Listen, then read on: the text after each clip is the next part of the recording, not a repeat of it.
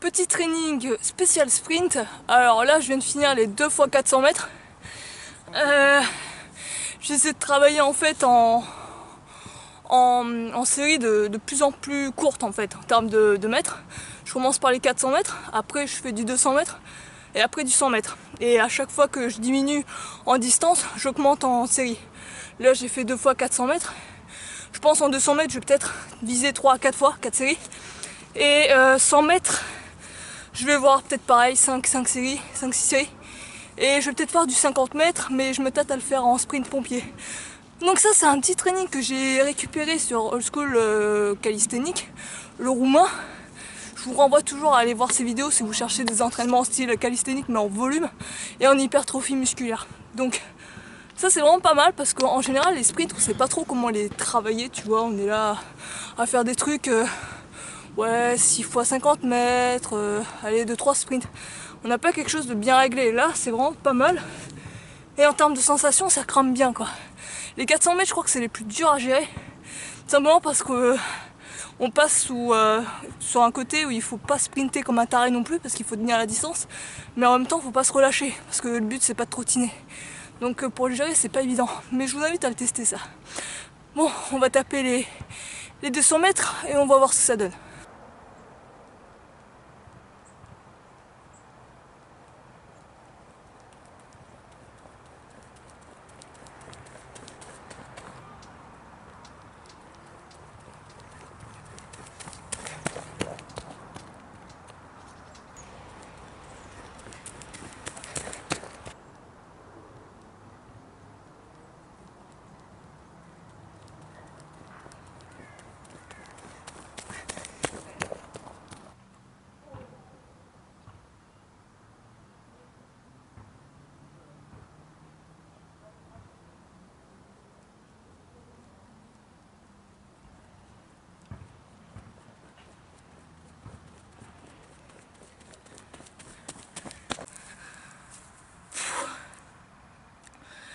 Puis un truc que je remarque quand on travaille les sprints, c'est déjà, je pense qu'il faut quand même courir une certaine distance pour commencer à sentir une espèce de congestion. Souvent quand je faisais des sprints, je ne voulais pas que ça travaillait tant que ça les jambes en fait. Bah je pense c'est que, comme beaucoup d'exercices, il faut taper sur de la durée, voire des reps quand tu fais des reps, pour sentir le muscle brûler. Les sprints c'est la même chose. Au début si tu fais des sprints de 25-50 mètres, c'est comme si tu travaillais en guillemets en force. Tu vas pas sentir tant que ça la congestion. Et pour travailler côté hypertrophie, voilà, t'es un peu dans le doute. Là au contraire, quand tu travailles sur des distances un peu plus longues, 200, 400 mètres, 100 mètres même, à la fin, tu sens cette congestion et tu sais que là il faut pousser, tu vois, il faut continuer à sentir, à pousser. Il faut que tu essaies d'aller un petit peu plus vite. Et histoire de maintenir cette tension, comme quand tu fais des reps en fait, tu essaies de maintenir cette tension sur la durée, le temps du sprint. Ça te tient sous tension en fait. Donc ça c'est intéressant à vérifier et à essayer de repérer. Deuxième chose, pour essayer de courir plus vite, tout que j'imaginais là, c'était qu'il y avait une horde de zombies derrière mon cul, tu vois. Et bizarrement, rien que le fait d'imaginer qu'ils essaient de te frôler, déjà tu penses plus à la douleur et tu te donnes à fond quoi. Et c'est plutôt pas mal comme motivateur. Pense qu'il y a un lion ou un sanglier ou une horde de zombies qui te court après le cul, tu vas voir. Tu vas courir peut-être plus vite. Enfin, troisième chose, la douleur, tu la sens pas tant que ça pendant le sprint ni avant, clairement. C'est à la fin.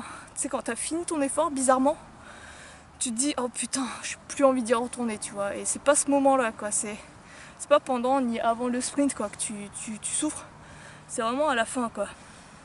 Donc à la limite, laisse passer cette sensation de douleur et attends un peu et après tu reprends ton sprint. Là, j'ai fait 3 fois 100 mètres. Je me tâte à continuer un peu en 100 mètres. Sinon, je vais faire du porté sur 50 mètres, du porté de pompier, avec Brad sur mon dos et je vais finir avec ça, je pense. Puis ça doit aller.